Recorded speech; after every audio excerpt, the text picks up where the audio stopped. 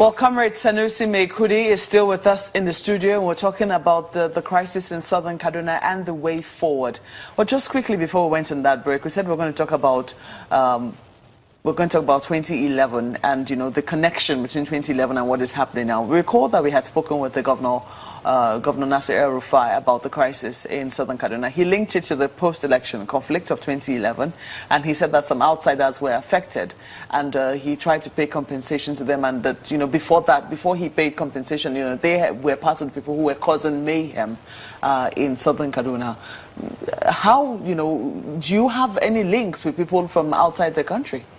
I don't have links with any people outside the country, but what the information available to me, as of 2011, I was strategically placed in the partisan politics of Nigeria and southern Kaduna. I was the coordinator neighbor to neighbor for northwestern Nigeria. So you're a member of PDP? Yes, as at then.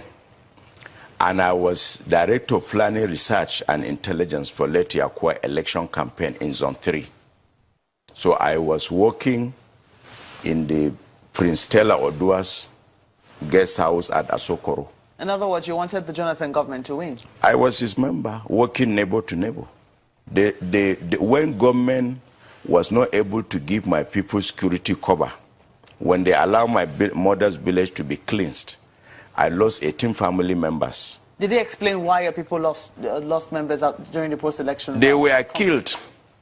They were killed by their neighbors. Was it because they were supporters of the Jonathan? No, it has not. It's based on their religion and ethnicity. The fault line in 2011 in southern Kaduna, when it happened in Kaduna, PDP stalwarts were being attacked. The Vice President House, the former executive secretary of PTDF, major PDP, including my senior brother Omar Ahmed Ghana, who was living close to Badarawa. The major targets were us, PDP stalwarts. So this is not about... People were protesting, alleging that we have rigged election. They are alleging that there was rigging. So they started attacking people. But in southern Kaduna, it took an ethno-religious dimension where the Christians killed the Muslims, destroyed their settlements, and forcibly displaced them.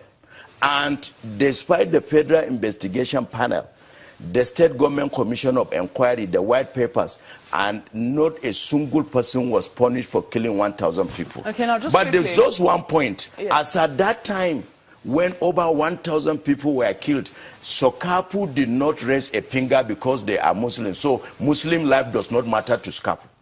Khan itself, including its secretary, Musa Asake, in whose village, Ongorimi Baju, all the Muslims were killed. The only few survivors are now IDPs up close to Tapa in Sabon Wuse here. You can go there and confirm, you can interview them. That is why we are bringing all the IDPs of 2011 to a seminar at Kaduna on the 2011 post-election violence. A book has been authored documenting who did what and who suffered what. How is it going to be a solution to the current crisis? Thank you very much. You consider yourself as a doctor. I'm a patient and I'm sick and I have problem with my teeth, and I come to you and I say it is my ear. You give me medication for teeth while the ailment here will continue and there is no sickness here, so no solution. The Sokapu, the Khan are dishonest. With all due respect, they are not portraying the problem as it is. It is the current dimension is farmers versus herdsmen. Yes. You have it in Katsina, you have it in Bauchi, you have it in Kano, you have it all over the country. Why is it giving religious connotation in southern Kaduna? Because they want to do propaganda. They are politicizing the matter. That's not what they are supposed to do. Human life is at stake.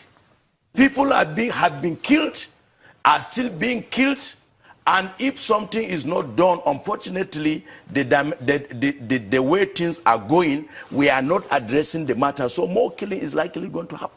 Unless if we say honestly what are the issues at stake. Let me tell you what happened. Like in my mother's village, that we are displaced.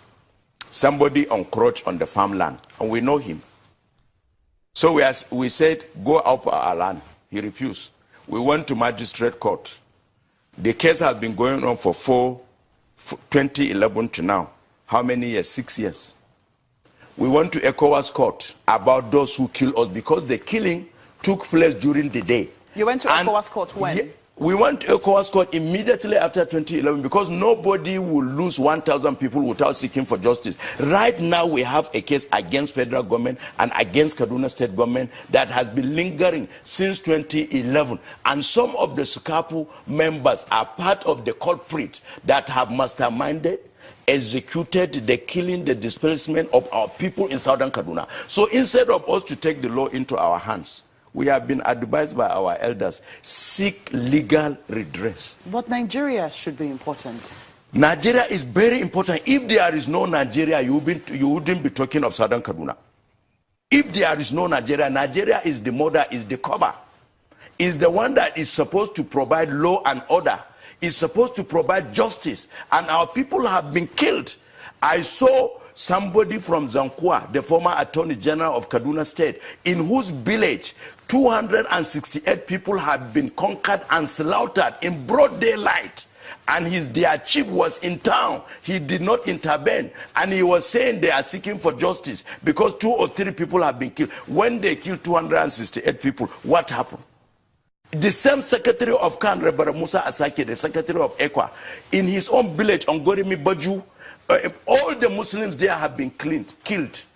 And the few survivors made of aged people, women and children, they have been 100% displaced. As of today, no single Muslim in Ongorimi Baju, let them come and contradict me. Because they don't want people who know the facts to open their mouth. We went to court because we are seeking justice judicially. We don't want to take the law into our hands. But some people decide to take the law into their hands because the judicial system has refuse to deliver justice. Some people have become radicalized. Comrade, I'm afraid that, we've totally run out of time. We wish you had more time to, discuss solutions very, very clearly and more succinctly, but I guess we will definitely keep this on the radar. Comrade Sanusi Meikudi is the Dania Jama'ah of Jama'ah Emirate and also a community leader of Southern Kaduna Muslims, and he's also a conflict resolution student. Sunrise Daily will continue in just a moment with another perspective on this particular matter.